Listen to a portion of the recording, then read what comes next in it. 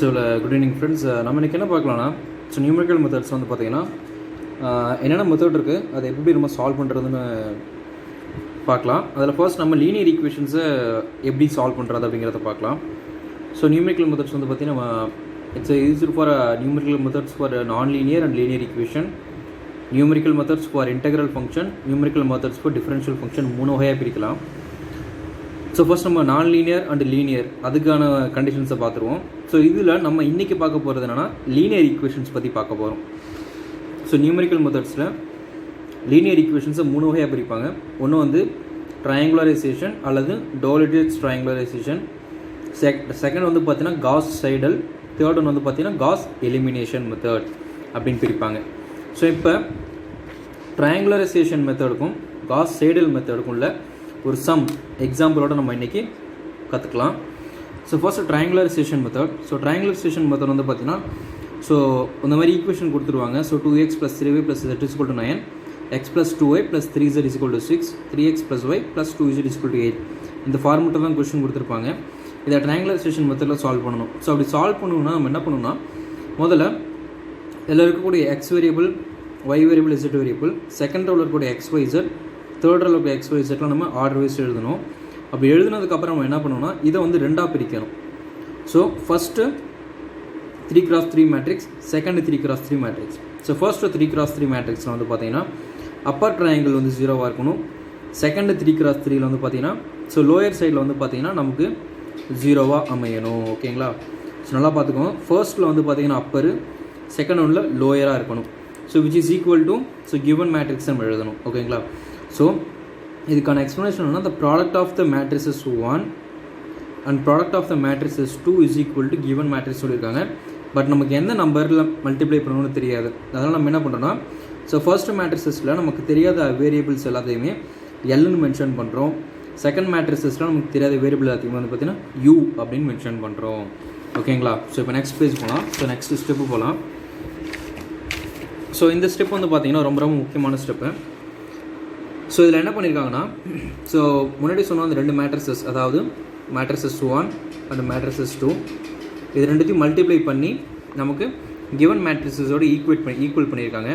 So அப்படி பண்ணுறப்ப நமக்கு ஃபர்ஸ்ட் ரோ ஃபர்ஸ்ட் காலம் பண்ணுறோம். So first row first column பண்ணால் நமக்கு u1 × 1 + 0 × 0 + 0 × 0 = 2ன்னு கிடைக்கும். ஸோ அப்போ u1ஓட வேல்யூ வந்து பார்த்தீங்கன்னா ஆட்டோமேட்டிக்காக 2. அடுத்தது first row into second column. So அப்படின்னா நமக்கு u2 மட்டும்தான் கிடைக்கும். சாரி, u12 மட்டும்தான் கிடைக்கும். u12ஓட வேல்யூ வந்து பார்த்தீங்கன்னா 3. அப்போ ஃபர்ஸ்ட் ரோ இன்ட்டு தேர்ட் காலம் போட்டோம்னா அந்த சிமிலர் u13 தான் கிடைக்கும். ஸோ u13ஓட வேல்யூ 1.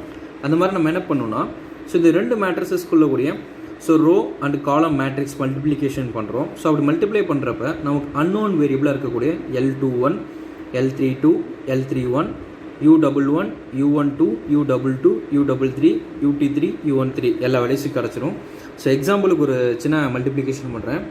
ஸோ இப்போ செகண்ட் ரோ எடுத்துப்போம். ஸோ செகண்ட் ரோவில் வந்து என்ன பண்ணியிருக்காங்கன்னு பாருங்கள். செகண்ட் ரோ செகண்ட் காலம் பண்ணியிருக்காங்க. So L21 × U12 + 1 × U22. So அதுதான் இங்கே பண்ணியிருக்கேன். L21 × U12 + U22. ஸோ இதையும் மல்டிப்ளை பண்ணியிருக்கேன். ஸோ இங்கே 0 இருக்கிறதுனால நமக்கு தேர்ட் டேர்ம் வந்து பார்த்தீங்கன்னா 0 ஆகிடும். ஸோ அது 0 மென்ஷன் பண்ணல. So which is equal to, so இங்கே செகண்ட் ரோ, இங்கே செகண்ட் ரோ. அதேமாதிரி இந்த மேட்ரிக்ஸில் செகண்ட் ரோ செகண்ட் காலத்தில் இருக்கக்கூடியது 2. So which is equal to 2 நம்ம போடுறோம்.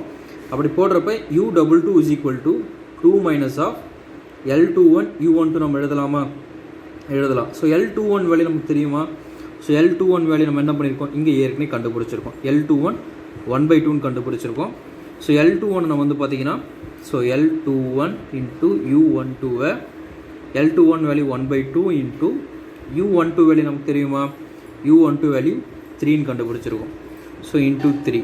ஸோ இப்போ நம்ம எப்படி சொல்லலாம், 3/2 அப்படின்னு சொல்லலாம். ஸோ அதை தான் நான் இந்த இடத்துல 3/2 டேரெக்டாக போட்டிருக்கேன்.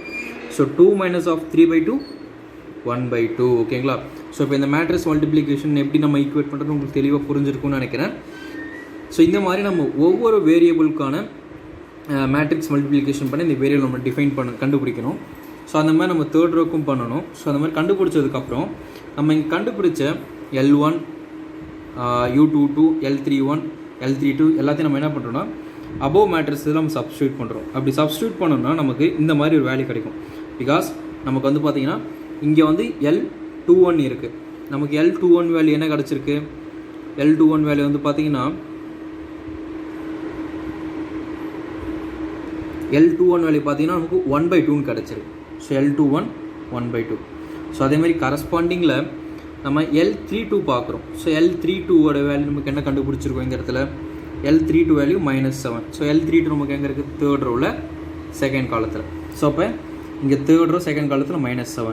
ஸோ இந்த மாதிரி நம்ம ஒவ்வொரு வேரியபிளையும் கண்டுபிடிச்ச வேரியபிள்ஸை இங்கே சப்ஸ்டியூட் பண்ணுறோம். அப்படி சப்ஸ்டியூட் பண்ணால் நமக்கு இந்த மாதிரி ஒரு மேட்ரிக்ஸ் கிடைக்கும். ஓகேங்களா? ஸோ அகைன் நம்ம என்ன பண்ணுறோம்? அகைன் நம்ம என்ன பண்ணுறோம்? இந்த மேட்ரிக்ஸை ஸோ அங்கே கீழே எழுதுகிற மேட்ரிக்ஸ் இங்கே மேலே நான் திரும்ப எழுதியிருக்கேன். இந்த மேட்ரிக்ஸை நம்ம ரெண்டாக பிரிக்கணும். எப்படின்னா ஃபார்வர்ட் சப்ஸ்டியூஷன், பேக்வேர்ட் சப்ஸ்டியூஷன் அப்படின்னு ரெண்டாக பிரிக்கிறோம். So forward substitution, backward substitution. So backward substitution அப்படின்னா என்னென்னா ஒன்றும் இல்லை.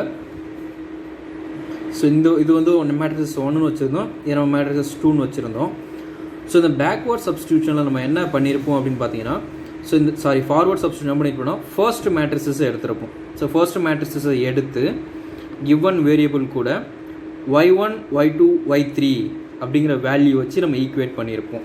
ஸோ அப்படி ஈக்குவேட் பண்ணுறோம். அப்படி ஈக்குவேட் பண்ணுறப்ப நமக்கு y1ஓட வேல்யூ வந்து பார்த்திங்கன்னா டேரெக்டாக 9 கிடைக்குது.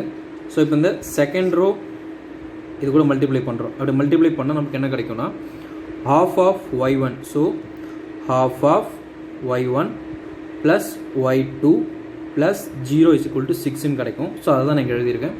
அப்படி நம்ம சால்வ் பண்ணுறப்போ y2ஓட வேல்யூ வந்து பார்த்திங்கன்னா நமக்கு 3/2ன்னு கிடைக்கும்.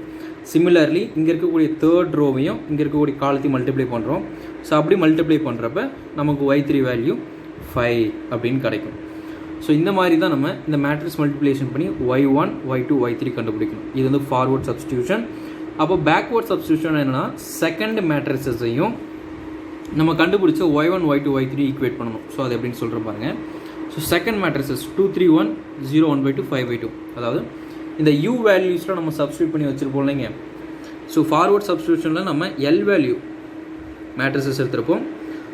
பேக்வேர்டில் வந்து பார்த்திங்கன்னா u வேல்யூ மேட்ரிக்ஸஸ் எடுத்திருப்போம். ஸோ இந்த u value matrices corresponding u value matrices எடுத்து நம்ம என்ன பண்ணுறோன்னா இங்கே எழுதுகிறோம். ஸோ எழுதிட்டு சைடில் xyz = y1 y2 y3. இந்த y1 y2 y3 எங்கே கண்டுபிடிச்சிருப்போம்னா ஃபார்வர்ட் சப்ஸ்டியூஷனில் கண்டுபிடிச்ச y1 y2 y3 நம்ம சப்ஸ்டியூட் பண்ணுறோம். ஸோ இப்போ நம்ம என்ன பண்ணுறோன்னா இதுக்கு வந்து நம்ம மல்டிப்ளிகேஷன் பண்ணுறோம். ஸோ இதுக்கு நம்ம மல்டிப்ளை பண்ணுறப்போ நமக்கு என்ன கிடைக்கும்னா, ஸோ ஃபர்ஸ்ட் ஆஃப் ஆல் நம்ம தேர்ட் ரோ எடுத்துக்கலாம். ஸோ தேர்ட் ரோ இந்த காலம் பண்ணுறப்ப நம்ம 18z = 5 கிடைக்கும். ஸோ அதை நம்ம சிம்பிளிஃபை பண்ணால் z = 5/18 அப்படின்னு கிடைக்கும். ஓகேங்களா? ஸோ அதே மாதிரி செகண்ட் ரோ இந்த காலம். So half of y plus 5/2 of z = 3/2ன்னு கிடைக்கும். இதை நம்ம சிம்பிளிஃபை பண்ணால் y = 29/18. ஸோ அதே மாதிரி இசட்டுக்கு வந்து பார்த்தீங்கன்னா 35/18. ஸோ இந்த மாதிரி தான் வந்து பார்த்தீங்கன்னா ட்ரையாங்குலரைசேஷன் மெத்தட் வந்து சால்வ் பண்ணணும். ஸோ ஃபஸ்ட்டு நம்ம என்ன பண்ணுறோன்னா கொடுத்துருக்கக்கூடிய கொடுத்துருக்கக்கூடிய மேட்ரிக்ஸஸை வந்து ஈக்குவேஷன் வந்து பார்த்தீங்கன்னா மேட்ரிக்ஸாக மாற்றுறோம். அப்போ தென் கொடுத்துருக்கக்கூடிய அந்த ஒரு மேட்ரிக்ஸை நம்ம 2 மேட்ரிக்ஸாக மாற்றுறோம். Lower triangle matrix, upper triangle matrix with வேரியபிள்ஸாக மாற்றுறோம். ஸோ அதுக்கப்புறம் என்ன பண்ணுறோன்னா மல்டிப்ளிகேஷன் மெத்தட் பயன்படுத்தி அதில் இருக்கக்கூடிய வேரியபிள்ஸ் எல்லாத்தையும் நம்ம வந்து பார்த்திங்கன்னா கண்டுபிடிக்கிறோம். ஸோ கண்டுபிடிச்சி அதில் சப்ஸ்டியூட் பண்ணுறோம். இப்படி சப்ஸ்டியூட் பண்ணதுக்கப்புறம் நம்ம என்ன பண்ணுறோன்னா அந்த வேரியபிளை ஃபார்வர்ட் சப்ஸ்டியூஷன், பேக்வேர்ட் சப்ஸ்டியூஷன் அப்படின்னு 2 சப்ஸ்டியூஷனுக்கு வந்து பார்த்திங்கன்னா நம்ம ஈக்குவேட் பண்ணுறோம். அப்படி ஈக்குவேட் பண்ணி நம்ம xyz வேல்யூ கண்டுபிடிக்கிறோம். இது வந்து பார்த்திங்கன்னா லீனியர் ஈக்குவேஷனில் ஒன் ஆஃப் த மெத்தடாக இருக்கக்கூடிய ட்ரையாங்குலரைசேஷன் மெத்தடுக்கான எக்ஸ்ப்ளனேஷன். ஸோ நம்ம நெக்ஸ்ட் வீடியோவில் வந்து பார்த்திங்கன்னா காஸ் சைடல் அண்ட் காஸ் எலிமினேஷனை பற்றி பார்க்கலாம். ஓகேங்களா? தேங்க்யூ.